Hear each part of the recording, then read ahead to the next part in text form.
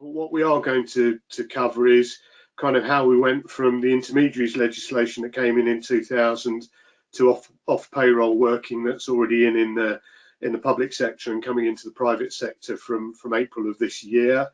And again, want to sort of have a look at how the market's reacting, particularly end clients, because of course they've got the responsibility. So that's really where the whole issue now starts. Yes, very much how this impacts you, what you can do to prepare for the changes, and again, for some people, it's going to have a significant impact on their earnings. Before I continue, there's the next slide is really Andy talking about how IPSE are approaching this whole issue. You're on mute, Andy. The phrase of last year, you're on mute. Yes, I just want. Thanks very much, Paul, for giving me the. I just wanted to. This presentation, as Paul says, is all about what the change is happening, preparing you for that, what you can expect, and talking through the sort of practicalities of it. But I'm grateful to Paul for the opportunity just to jump in here and say that we at IPSE continue to oppose the IR35 legislation. We were set up in opposition to IR35 in 1999, 2000 when it first came in, and we are opposed to this change that we're talking about here today. And we continue to lobby government about this. We are pushing for a further delay, and we've already had questions about this. The government at the moment is absolutely intent on bringing this in there, and that is why it is so important that we do prepare people as best we can for what looks likely to be this change, a very strong likelihood that this is going to come in. We're pushing for a fundamental review of the tax system that would improve things and remove the need for IR35. In the meantime, this is one of a series of webinars that we have been doing and will continue to do on IR35. We continue to update guidance on our website. We go to events where we speak to clients to try to get them to understand what IR35 means and to press the point home that they don't need to put all their engagements inside IR35 or do blanket banning of contractors as some have done. And we're also updating our website with information for you around some of the things that Paul will no doubt talk about here, such as the client-led dispute resolution procedures. We have a contract review service, which we do with Markel, what it means to be working via an umbrella company, talking about small client exemptions and what that means for you as contractors, and then things like contracted out services as well. So that's really just my bit. I'm going to turn off my webcam now, but I will be here and listening and clicking through the slides with Paul, and I'll turn it back on at the end when we get to the questions. Thanks, Paul. Good, brilliant, thank you. So thanks for moving it on. Yeah, so really let's just briefly talk about kind of how we got to where we are. The whole point about IR35, to give it its full name, is the intermediaries legislation. The issue that HMRC had all those years ago was how they tackled what they perceived to be disguised employment. So people setting themselves up as limited companies so that they could avoid paying national insurance and so that they could take dividend payments, but also from the employer side of things, the opportunity to take people on really as employees, but actually not have to contribute the employer's national insurance. So that was HMRC's issue, or the Inland Revenue, of course, as it was then. So from HMRC's point of view now, what we're about to talk about here actually isn't changing in the future, and that's one of the key things to understand. How we understand and actually look at IR35 is not going to be changing. So that's not the key change, it's how it's operated. So it's still all about creating this hypothetical contract. So you've got the end client that's decided that they want to undertake a project or basically move in a different direction. They don't have the in-house resources to deal with that. They look externally, typically, but not always, will engage in a recruitment agency to find the individuals that they need. And those individuals will be engaged through their own service company. I'm going to use the dreaded term personal service company, or PSC, from time to time. And typically that service company will have the individual as the worker. So when you look at the contractual chain, both the end client and the agency are actually engaging limited companies. You can't employ a limited company. So from their point of view, there are no issues around status in the current environment in the private sector. Things have clearly changed in the public sector, things will be changing in the private sector. So the whole issue around IR35, the whole status issue, because that's what it effectively is, tax employment status, is focused on the service company. So each and every engagement has to be determined by your company. You have to decide whether that engagement is inside or outside of IR35. And essentially the creating the hypothetical contract is HMRC saying, if you as an individual were engaged by the end client directly, so there was no intermediary in the chain, and the intermediary is actually not the agency, it's your company. If you remove that from the equation, what would the relationship look like? Would it look like one of employment, which is clearly what HMRC are batting for, or is it more akin to a relationship of self-employment, which is clearly what you as a contractor would be hoping would be the outcome? So the question that we've got to ask ourselves is, how do we actually arrive at that decision? What's the question that we ask? So if we go on to the next slide, please, Andy. And the question that we ask, and as I said before, these issues hadn't changed, is the question that was asked in ready mixed concrete, and that was back in 1968, well before IR35 was a concept, if we can put it like that. But what this determined was what an employee looks like. So bizarrely, the question we ask is, do we have an employment relationship? And if we can answer no to that, then the engagement falls outside of or is not caught by IR35.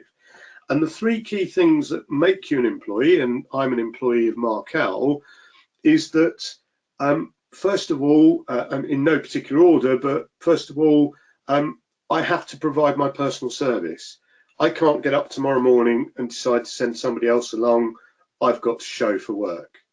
Secondly, there is somebody above me in the food chain that can control my day-to-day working. Now, they may largely leave me alone, but I do have a boss that can and will ask me from time to time to go and attend a meeting or to contact a client, or in those days when we could go into the office, to come into the office for a meeting. So there is that control over what I do. And then this third factor, mutuality of obligations, this is probably the most nebulous of the three, and at its base level, it's about, is there an obligation for work to be offered and for that work to be accepted? And clearly that is the case in an employment relationship. And if the work ever dried up, then the company's either got to pay me to twiddle my thumbs or more likely make me redundant. Well, if you are a contractor and we get to Friday and there's no more work, then basically the end clients can say, well, that's it, thank you very much, we don't need you back next week. Similarly, in terms of control, what you want in your contract, if you want to deny the end client a right of control, is a clause that effectively says that your company, as the service provider, the contractor, whatever the title is given to your company, is responsible for the method of the performance of the services, i.e. you control how the work is done.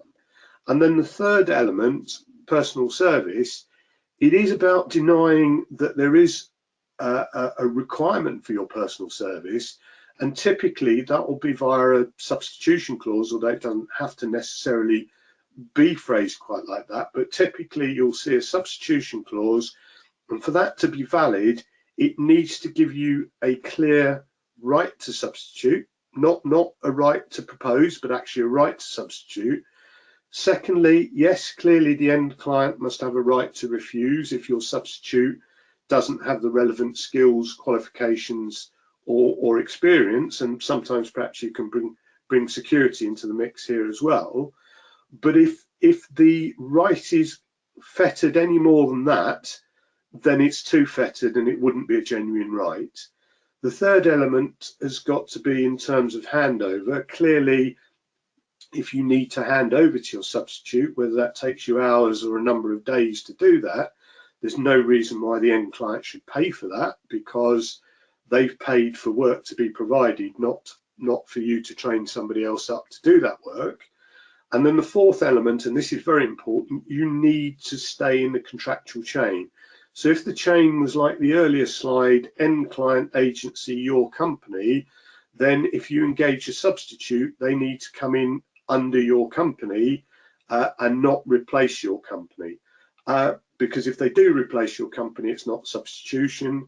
And the other key thing to be aware of, if there are certain responsibilities within your contracts, even boiling down to things like how much PI that you've got to have, make sure you've got those same requirements in your contract. Everything needs to flow through. Now, if those four things are in place, you have a genuine right to substitute. Now, what Justice McKenna said back in 1968 was, with those three things in place, we have an employee.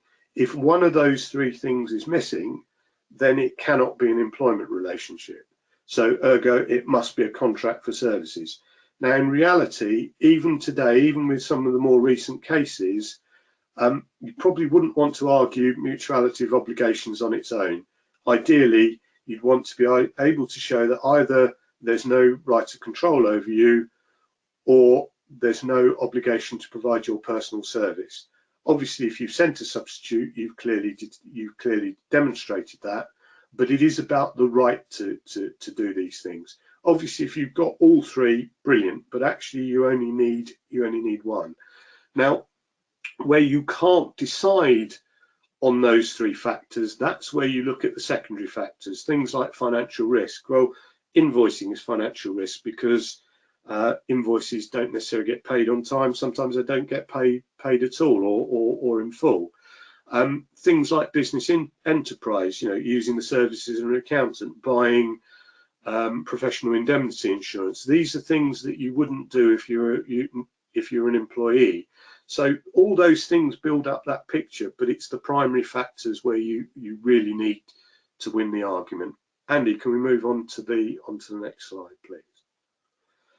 So the basis of understanding IR35 hasn't changed. It didn't change in the public sector, but what it did do is redefine some of the responsibilities, because in the private sector currently, previously in the public sector, it was always down to the service company, down to the PSC to determine the status of the engagement, and the PSC had the liability as well. Well, what emerged from the public sector changes is suddenly public sector departments, the NHS, the Ministry of Transport, the Ministry of Defence, whatever, suddenly had to become status experts, because they had to determine what the status of the engagement was. It also introduced this concept of the fee payer. Now, the fee payer is actually nothing more than the entity which pays the personal service company. So an end client can be both decision maker and fee payer, but more often than not, where there's and certainly where there's an agency in the chain, the agency that's closest to the PSC is the fee payer. And actually, the fee payer has the liability if the decision taken above them is wrong, providing reasonable care has been taken, and we'll come on to that in a bit. But what became very clear, and something that HMRC have sought to address, and I'll leave you to be the judges of whether you think they have, is that the reasoning behind the decisions was unclear. And in fact, I think a lot of people accept, HMRC don't, but a lot of people accept that there are an awful lot of blanket decisions that were made in the public sector. And certainly it was very clear that there was no actual right of appeal for contractors. And that's something that, again, that HMRC have sought to address with the new legislation.